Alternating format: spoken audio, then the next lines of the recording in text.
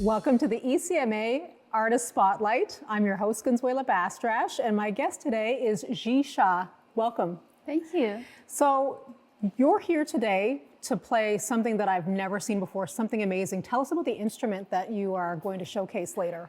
Yeah, sure. It's a Chinese traditional instrument. It's called guzheng. Guzheng. Guzheng. It's a traditional instrument with more than 2,000 years of history.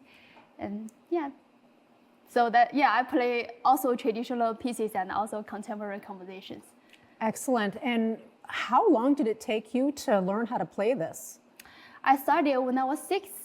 You know, my aunt was my first guzheng teacher. Mm-hmm. So I was lucky, and my aunt started to teach me this instrument because I was just amazed by her playing. I love like when she plays, and I just feel like, oh my God, I want to be like her. So that's how I started. Excellent. And have you recorded any albums, or have you recorded any music? Yeah. My solo album, my debut solo album, released in 2022, 2 years ago. And now we are going to release a fusion album soon with my band, S3E3. Wow, so you've got a band called the S3E3? Yeah. And you said it's fusion music, so tell us a little bit more about what fusion music is. Well, we are still learning. You know, it's a new kind of journey for us as well. We just try our best to kind of make it work for both Chinese instruments and Western instruments. Mm-hmm. And by the way, that's why I decided to stay here in Canada after I finished my education here, because I love the music scene here. Every musician just want to jam together, grab their instrument and start to jam. And that's how we started this band. We decided to, at first we just wanted to have fun, and then mm-hmm. we felt like, oh, it sounds so good, we just make it serious. And we started to make our own fusion music, and boom, now we are doing an album. That's amazing. So who are your band members and what instruments are they playing?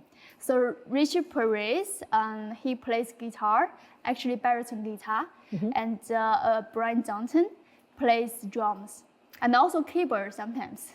Excellent. And is this something that you had gotten training for? Is this something that you're coming up on your own? How did you come up with this? Not really, but I mean, I really enjoy it. I did take some composition course when I was doing my music degree, but this is totally new because my training was very classical. Mm-hmm. So I was so used to read scores, you know, professional compositions, that kind of thing. Right. Yeah, but. Who knows? And this is a new journey for me, and I'm enjoying it. Excellent. So take us through the process of creating the fusion music. How do you guys go about coming up with, I guess, the riffs and the way that you compose your music? So I started to learn, well, the other 2 band members, their background is like a punk, rock, that kind of music. Wow. So I started to learn from them what pop music structure is like, and then we try to do some melodies together, and yeah, just basically we create music together. That's collaborative thing. Excellent. Yeah. And have you guys finished the album, or are you still? Is it a work in progress? We already finished everything, so it's actually at the last stage of artwork and all this nitty-gritty stuff, and yeah, it will come out soon. And are you playing any music festivals to promote the album, or what? I guess if you're not going on tour, what venues are you playing? So so actually, you know what? I feel like we always do this in advance. Last year in Sapi Fest and the Dune Fest, we already played a lot of our original music, which we will include in our album. But this year, for Vancouver Island Festival, and also for Sherlock Festival near Montreal, mm-hmm. and yeah, and September is. Oh, we are also going to Calgary for a festival there in September. Yeah, I need to look at my schedule. Now I just feel like so overwhelmed by ECMA schedules. Yes. And, yeah. So, but a lot of good days coming our way. Excellent. And speaking of the ECMAs, I believe you had won an award before. Is that correct? Yes. Yeah, I was super lucky that my album won the Roots Traditional Recording of the Year last year. Wow. So I was super overwhelmed. I didn't expect that, but I'm really grateful that this community has accepted my music and they really opened door to me, and I can do my own music here, you know.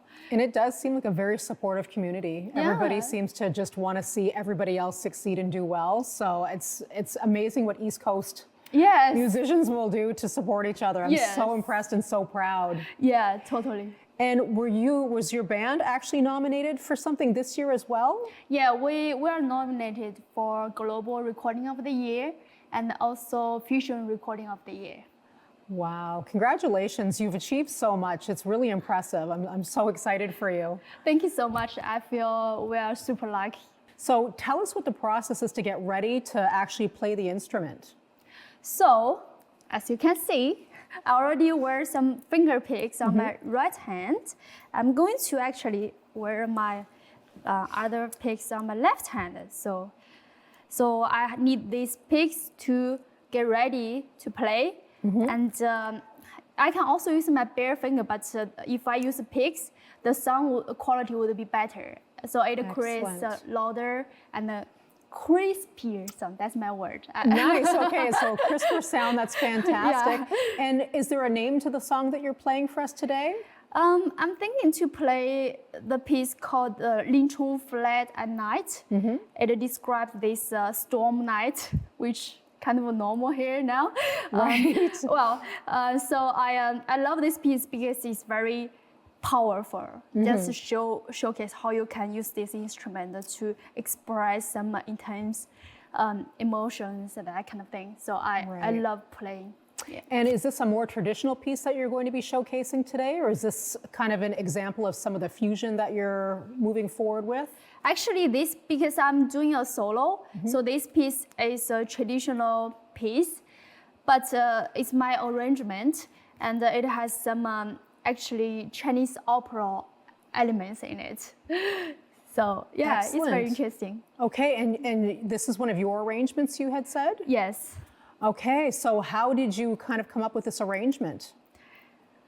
Well, I don't know. I sometimes, for music, I just what feels good, what feels right? Yeah. That's what I do. I just go with my feel. Okay, perfect. So I think this is going to be fantastic, and we'll give you a moment to get prepared, and then we're going to see what the song is. So thank you so much. Thank you. This is very exciting. Yeah, thanks so much. It's been a pleasure.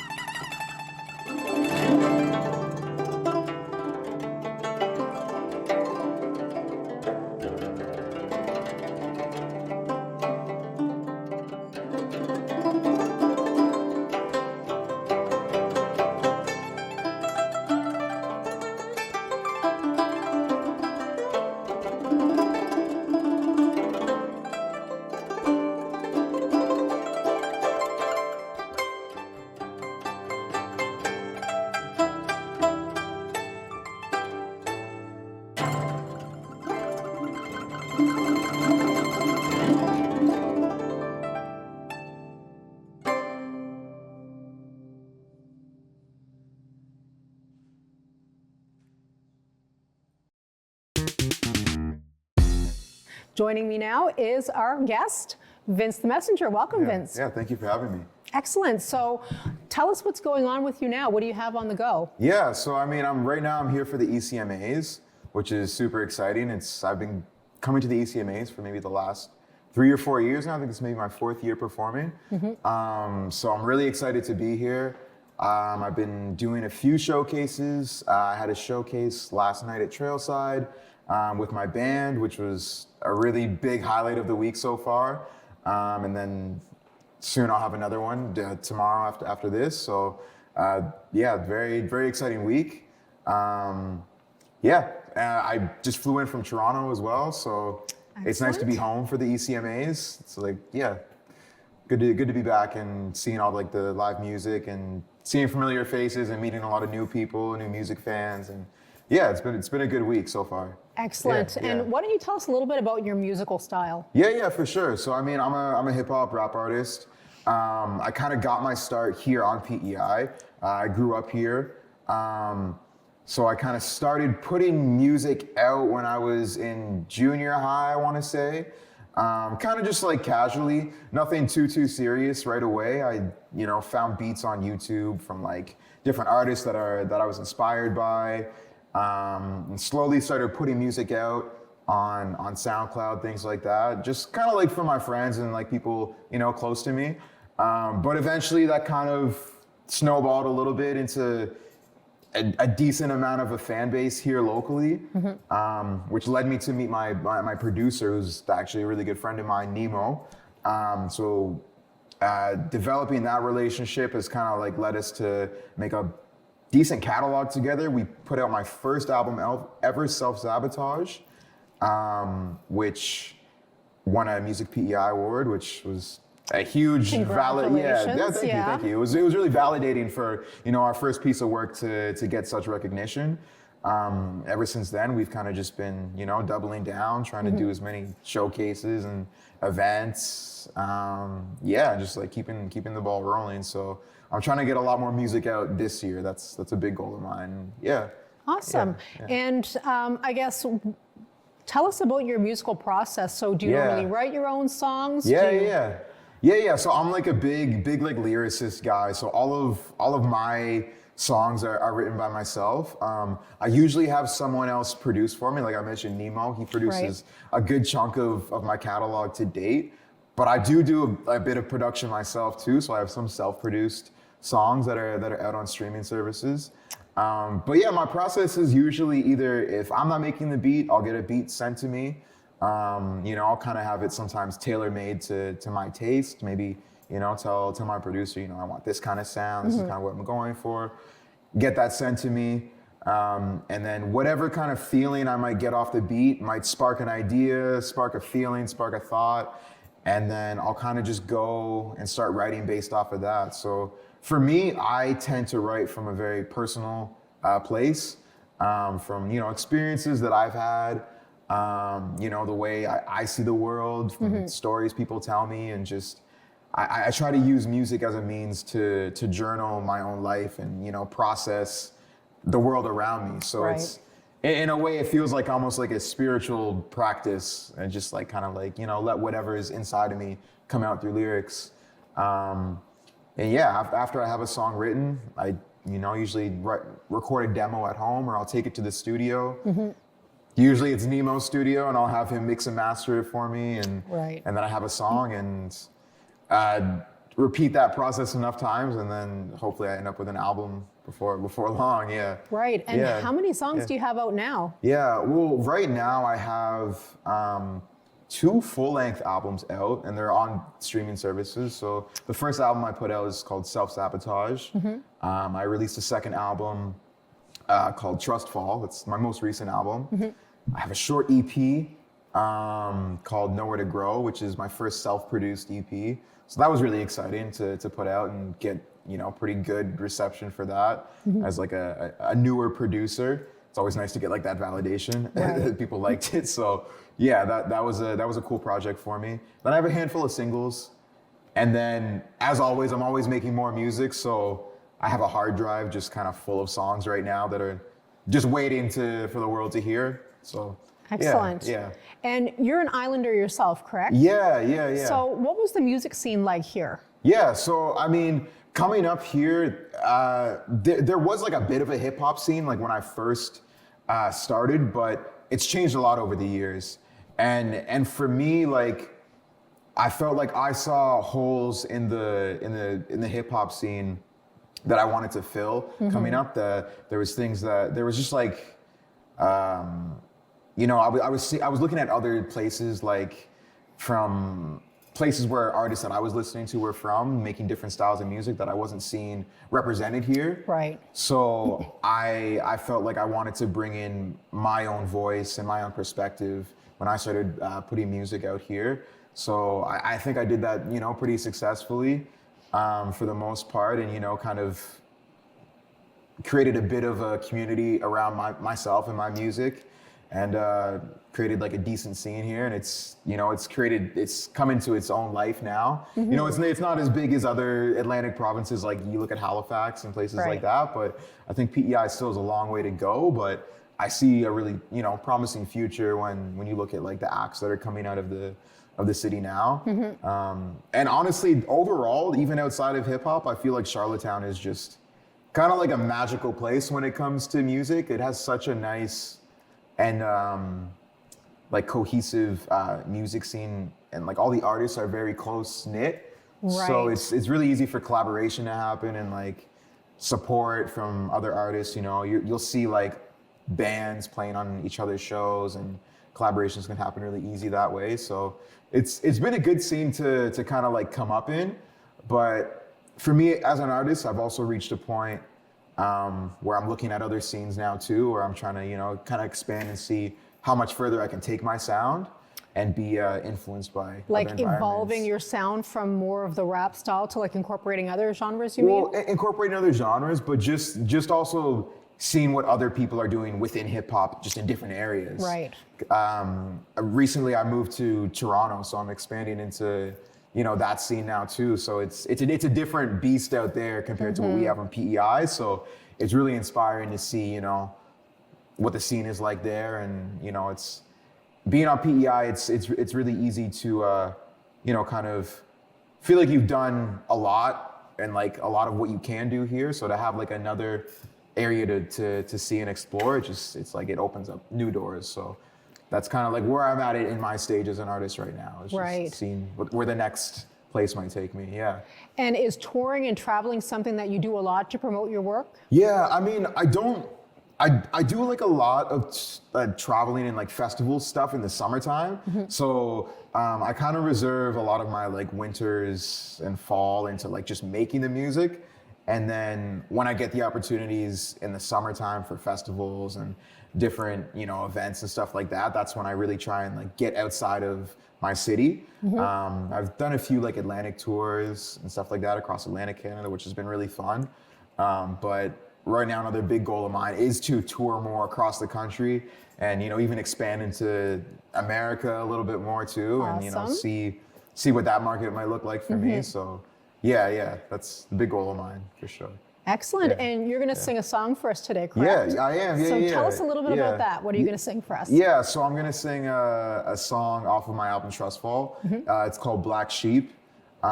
This song for me, it really just kind of speaks to my experience growing up, you know, on PEI, growing up in general. I feel like a lot of people can relate no matter where you're from, but just feeling sometimes like you're an outsider, feeling like you're the black sheep of the group. But regardless of that, you know, finding power in your own uniqueness and finding strength in who you are as an individual. So yeah, that's my song, Black Sheep. Awesome. Well, thank you so much. I can't wait to hear it. Thank you. Yeah. Thank you so much.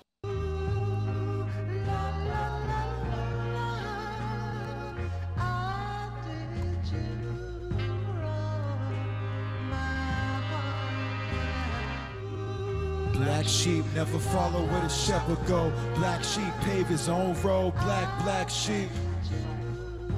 Black sheep. Yeah. I look to this when my mind get lost in translation from a different state of consciousness. He be deep in the blue like the Loch Ness is. Even ostriches fly when they flock to this. I ain't a killer, but don't push me close to the edge of losing my head if this hat don't fit me. It's iffy how you moving when your life on the line, but I ain't the type that's taking place to the day that I die, and I ain't the type to lose hope. If my homies won't ride, I got my own set of wheels and my whip it will glide right by you. Stake him like a swamp, like you born in the bayou. Watch me auction off these flows until I'm balling like Caillou, stacking pennies parallel to heaven's gate. Still ain't found no matter that these coins can never compensate.